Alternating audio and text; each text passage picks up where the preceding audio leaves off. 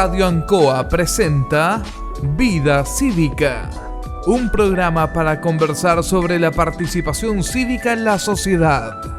Llega a ustedes gracias al Fondo de Medios de Comunicación Social del Gobierno de Chile.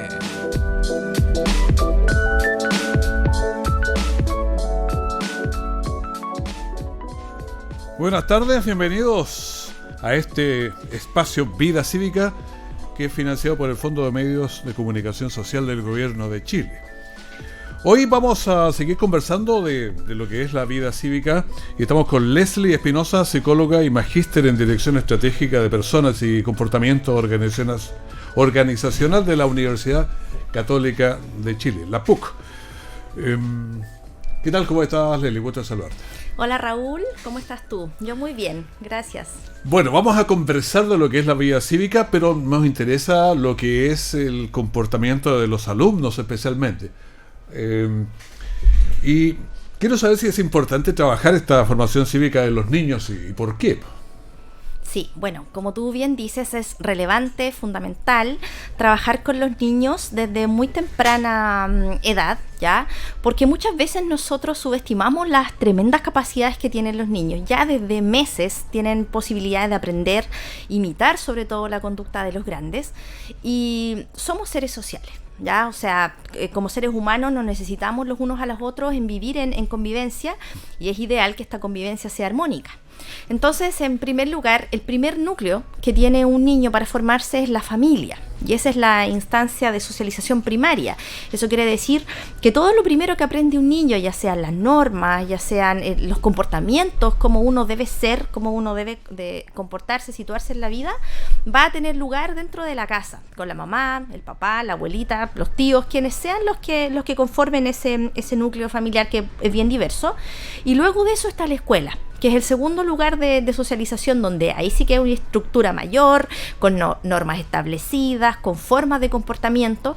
Entonces es importante que ya en la casa, en los primeros momentos, los niños empiezan a aprender a cómo comportarse cívicamente como seres sociales, tener normas y funcionar así de una forma más ordenada para que después podamos vivir en un clima de respeto.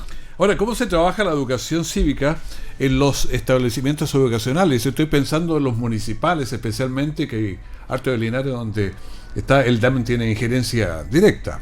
Exactamente, son 38 centros educativos municipales, y hay algunos que son microcentros, que son escuelas pequeñitas, que son las escuelas rurales. 24 establecimientos son ya más grandes, que están ya sea en Linares como en algunos lugares rurales.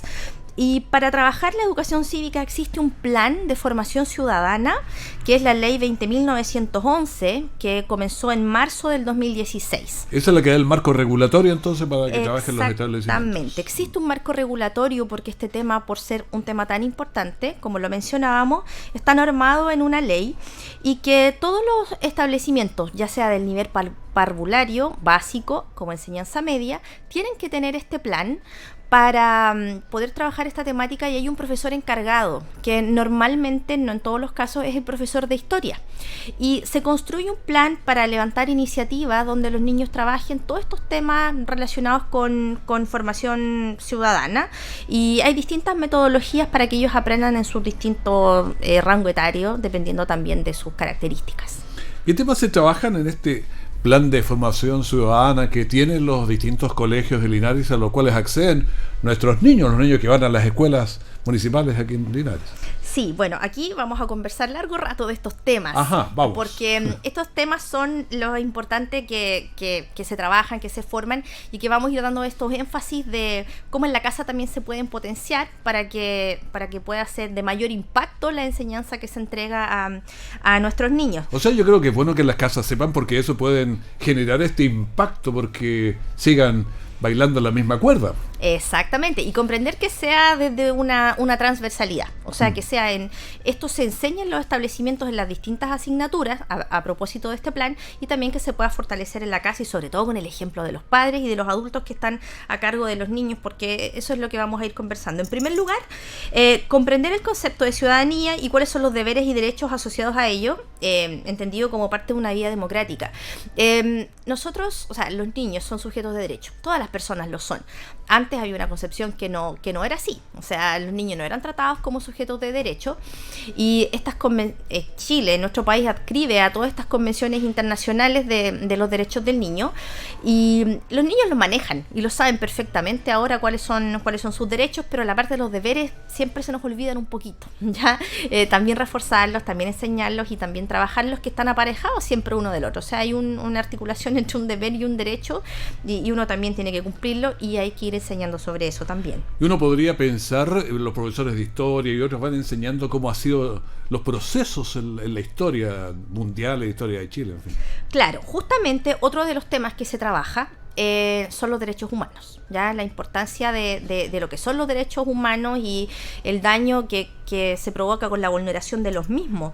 Por ejemplo, un hecho histórico como la Segunda Guerra Mundial, cuando quizás nosotros lo estudiamos en el colegio, se hablaba mucho de cómo uno aprende en historia un hecho de tamaña envergadura. Uno se aprende cuáles son los ejes, ¿cierto? Cuáles eran los países de las coaliciones, cuáles son las fechas de X batalla, etcétera, qué cosas pasaron, cuáles eran los líderes.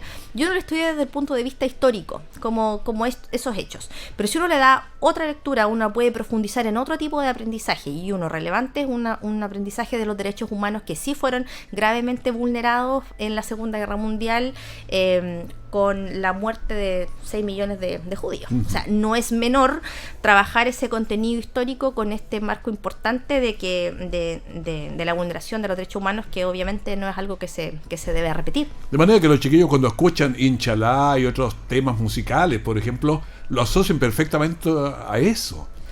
Puede vincularlo, absolutamente. Entonces la idea es que lo que se enseña regularmente como un episodio histórico tenga otra connotación, y se enseñe también desde el punto de vista de la formación ciudadana, porque a la temprana edad los niños pueden entender o interiorizar esa articulación, y cómo la pueden mezclar también con la cotidianidad de lo que pasa hoy en día, y hacen las asociaciones, son bien hábiles para poder encontrarlas también en lo que pasa en el presente. Y esto nos permitiría formar ciudadanos que tengan una forma crítica, por lo menos.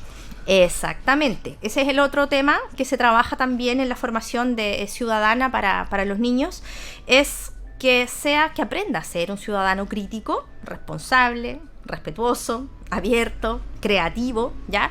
Y esto tiene que ir como aparejado, junto, porque la crítica, impulsamos muchas veces que los ciudadanos sean críticos, pero la crítica tiene que ser un aporte, o sea, tiene que ser constructiva, tiene que ser desde el respeto, muy responsablemente dicha, ¿ya? Y con un aporte, porque si uno va a criticar para dañar, para despotricar, no tiene ningún sentido. O sea, uno tiene que hacer una crítica, pero al mismo tiempo dar una propuesta de solución o una mejora a cómo esto puede cambiar y pueda mejorar. O sea, de eso se trata la formación de ciudadanos con estas características que mencionábamos.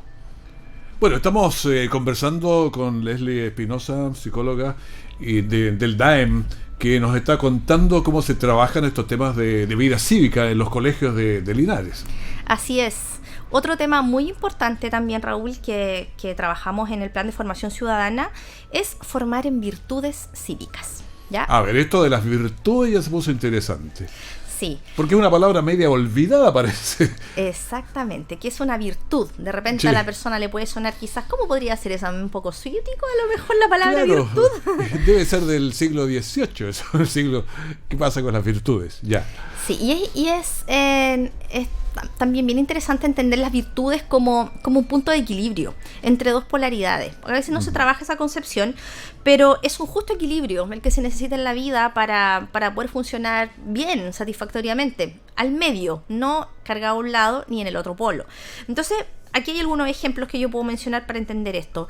Se incentiva siempre que uno tenga una virtud como la valentía. Ya, hay que ser valiente. Claro, hay que ser valiente, ¿cierto? Enfrentar los miedos, enfrentar situaciones, qué sé yo, que puedan parecer complejas. ¿Pero qué pasa? ¿Ser valiente significa tirarse al río en invierno? ¿Eso es valiente? ¿Yo me tiro y cruzo? No, porque en ese sentido podríamos decir coloquialmente te pasaste de vuelta, o sea, te fuiste más allá. No es necesario que llegues a ese punto. Entonces, eso cuando uno se pasa ya no es valiente, sino que es temerario, porque no midió riesgos. Entonces, es importante también generar la cultura del autocuidado. O sea, ¿hasta dónde yo puedo llegar? No puedo pasarme más allá de la valentía porque ahí ya tengo otro tipo de comportamiento. Ya entra a ser temerario. Entonces, claro. Por eso que hablabas del equilibrio, el medio. Claro, y si no, por lo contrario, sería ser cobarde. ¿ya? O sea, cuando yo no me atrevo, cuando yo no llego más allá, ¿cierto? Entonces, ¿para qué? Mejor me quedo en mi zona de confort, sin moverme, me quedo aquí, mejor no me molesta a nadie, ya en mi casa encerrado, así fácil. Entonces, no, uno enseña el punto medio, que sería la valentía, que no es ser, ya decíamos, ni osado ni cobarde. Entonces sería una virtud importante. Pongamos otro porque me interesó eso, algún otro ejemplo de estas virtudes, caminos medios. Generosidad, por ejemplo. Ya, yo soy generoso, puedo regalarte cosas. Yo promuevo, claro, la generosidad, aportarle a otros si lo necesita, ¿cierto? Acompañarlo, ayudarlo con los distintos formas que yo tenga. De los distintos medios yo puedo ser generoso. Mis recursos. Con todos tus recursos. O sea, si tú sabes algo, le puedes enseñar a otros. Si tú tienes un juguete, lo puedes compartir. Lo que sea que se pueda compartir. Pero si tú te pasas, o sea, si te excedes, ya puedes ser un despilfarrador, porque estás botando tus recursos más allá de lo que es necesario dar, ¿ya? Eso sería un... Puedo dar todo y yo seguir pidiendo después, sería mucho. Por ejemplo, también mal acostumbras a las personas a que no tampoco se autogestionen si le estás dando permanentemente, entonces ya, te fuiste. Y por el otro lado, ¿cierto? Una persona que no sería que tacaño, ¿ya? Sí, claro. que es lo contrario a ser generoso y también muy mal visto socialmente una persona que es tacaña. Punto medio, entonces. Exactamente, volver al punto medio. Y un tercer ejemplo que podríamos mencionar, para que quede bien claro, la paciencia, por ejemplo, que también es una virtud importante de trabajar. Ser paciente, saber esperar las respuestas oportunas en el momento exacto, porque también si te pasa, ¿cierto? Podría ser una persona, o sea, si te pasas un extremo al otro, o muy pasivo, porque una persona pasiva, volvemos a claro, que no se moviliza, no exactamente, que queda ahí, y por el contrario, una persona urgidora, ya esa que está sí. encima, también como decimos, cateteando ahí, encima, fastidiando, molestando, ¿ya? Entonces, no, hay que llegar al punto medio. De eso echa a perder la vida cívica. Claramente la echa a perder. Entonces, queremos cultivar en nuestros niños, niñas y jóvenes virtudes cívicas, ya que sean un punto de equilibrio y todo eso que contribuya, como hablábamos, a una sana convivencia en sociedad. Otra cosa, que es un tema para que vamos a conversar también, es el sentido de la participación en temas de interés público. Ya que no seamos tan pasivos, ahí hay un montón de cosas que las sí podemos participar. Opinar, ¿ya? O sea, expresar lo que uno quiere con una explicación de vida en el marco del respeto, está bien. Oye, pero ahí hay algo, esas normas pasivas, ¿quién las hizo? Yo también podría participar en generar normas. Es que lo que tú has dicho es fantástico, porque eso es lo esperable. O sea, la cosa no puede ser todo para el pueblo, pero sin el pueblo, ¿ya? No, o sea, no podemos funcionar así. Y eso, a todos nuestros auditores, recalcarlo, porque uno en la casa, vamos a hablar primero de la casa y después de la escuela, uno tiene muchas normas con los niños, ¿ya?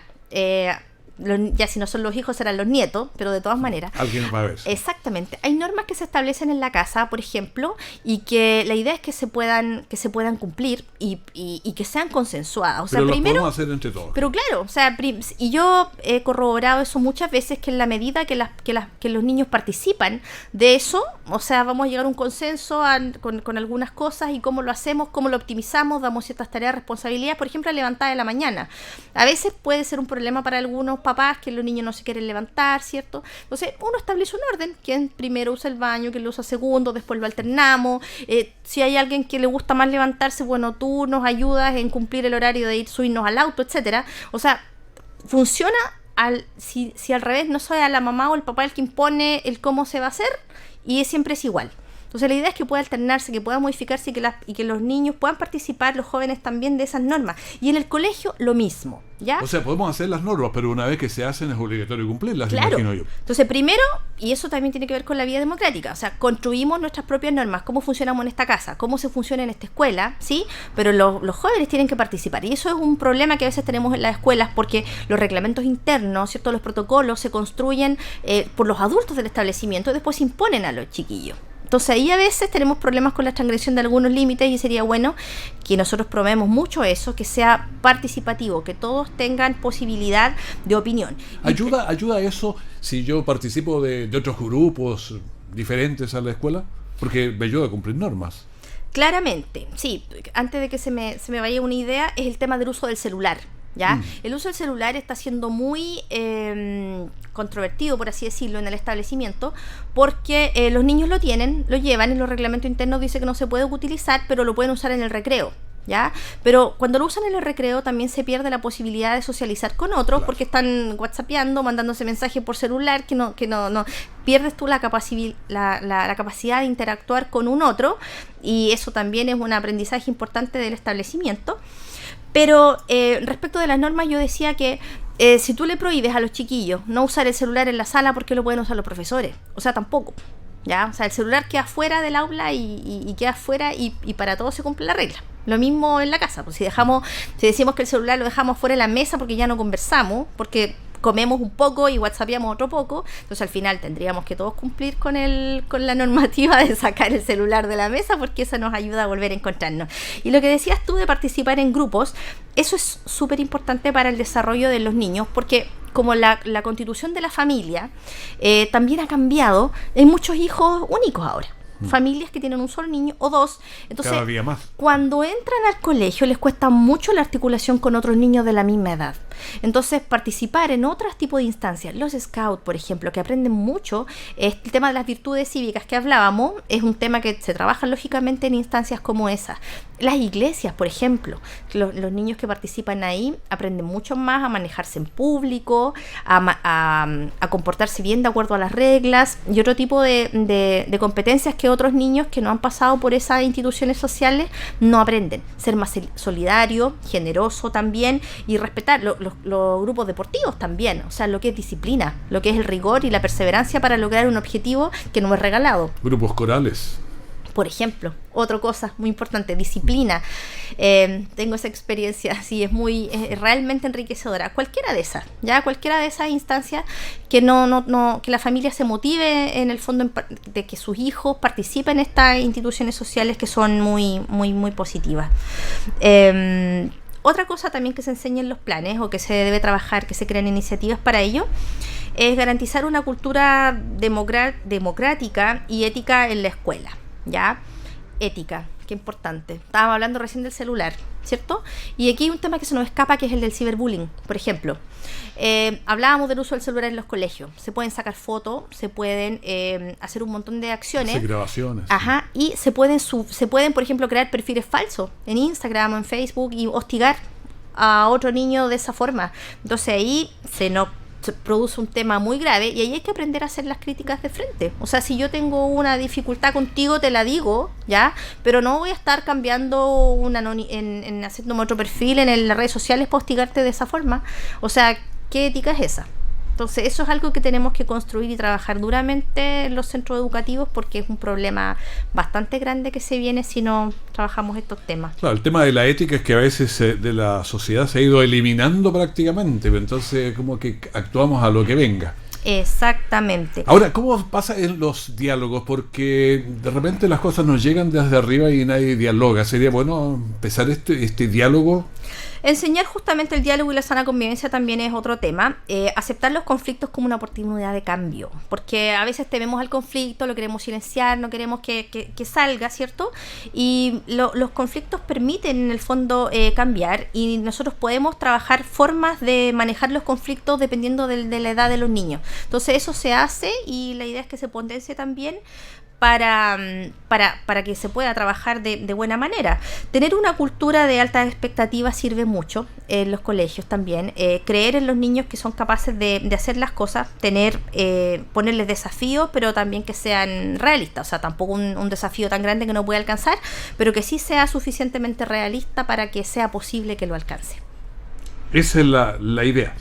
Bueno, estamos conversando aquí en Vida Cívica y cómo se hace, cómo se enseña, qué se enseña a los distintos colegios de Linares, especialmente el área municipal, que es la que ustedes pueden responder.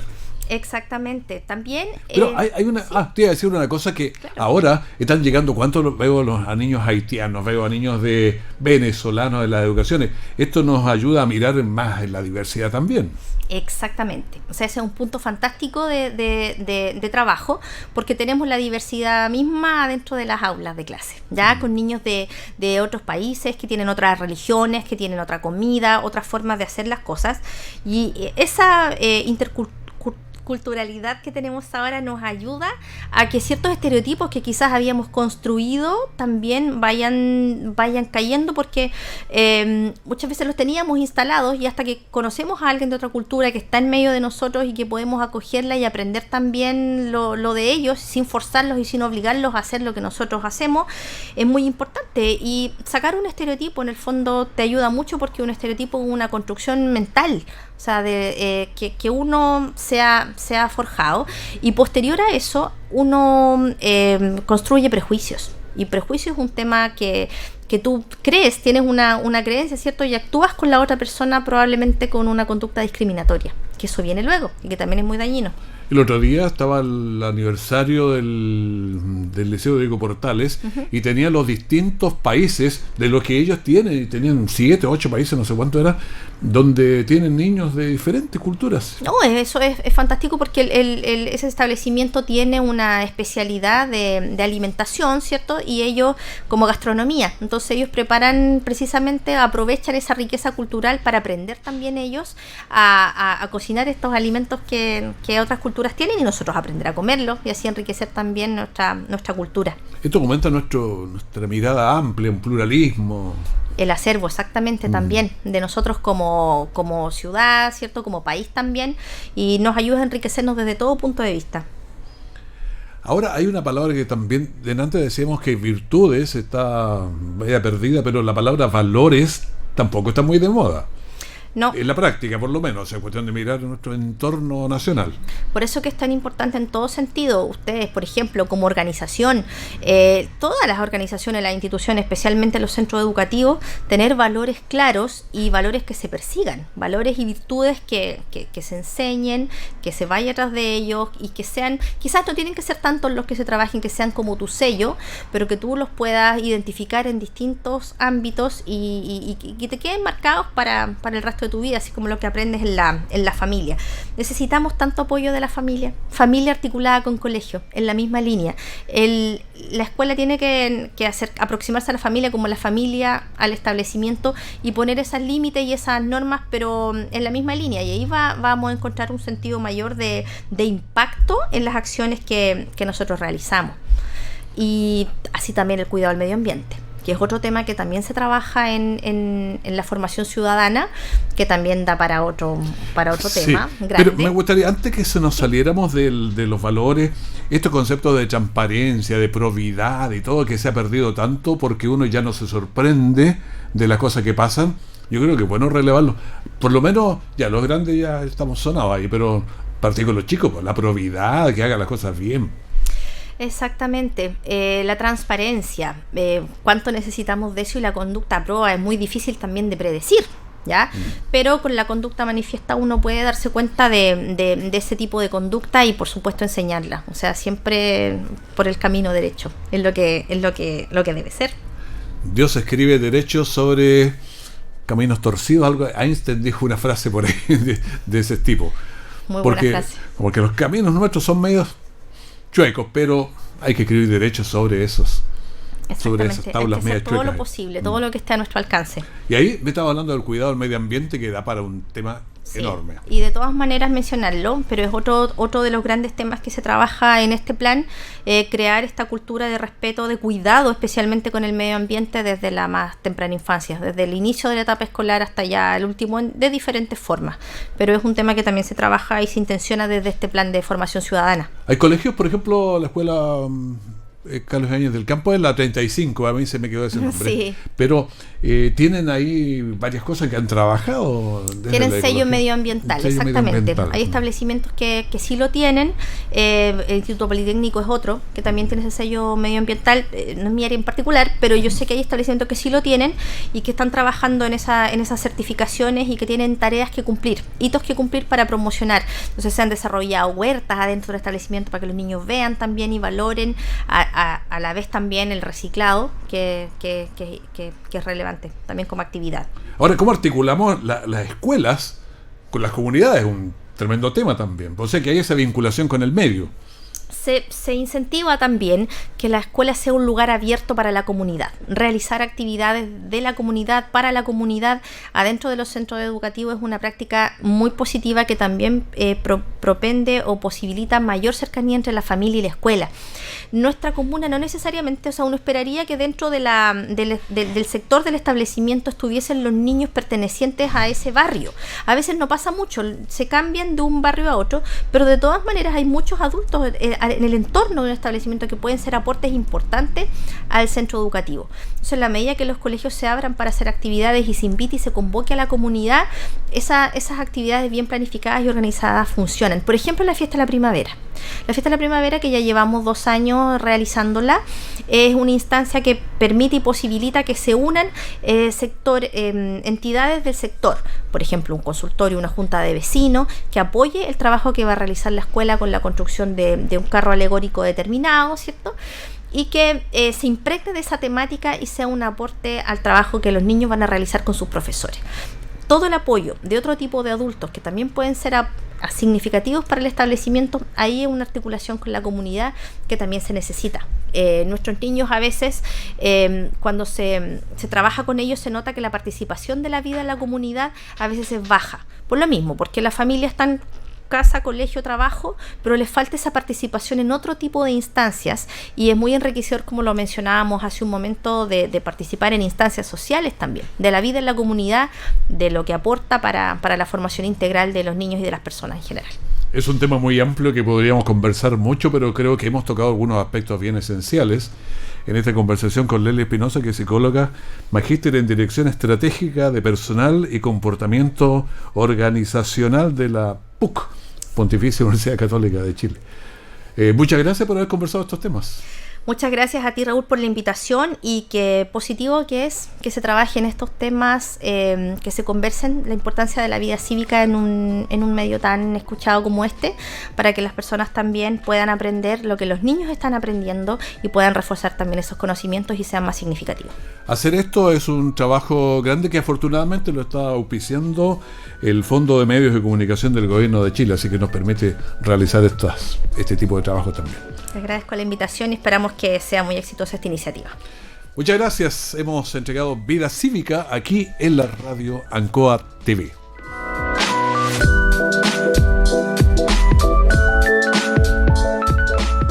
Radio Ancoa presentó Vida Cívica. Este programa llegó a ustedes gracias al Fondo de Medios de Comunicación Social del Gobierno de Chile.